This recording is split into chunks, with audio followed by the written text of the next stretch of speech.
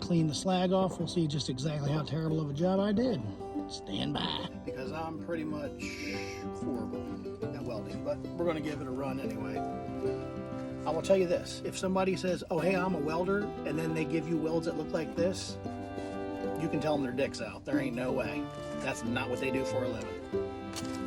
They might try, but they do something else, because that's not it.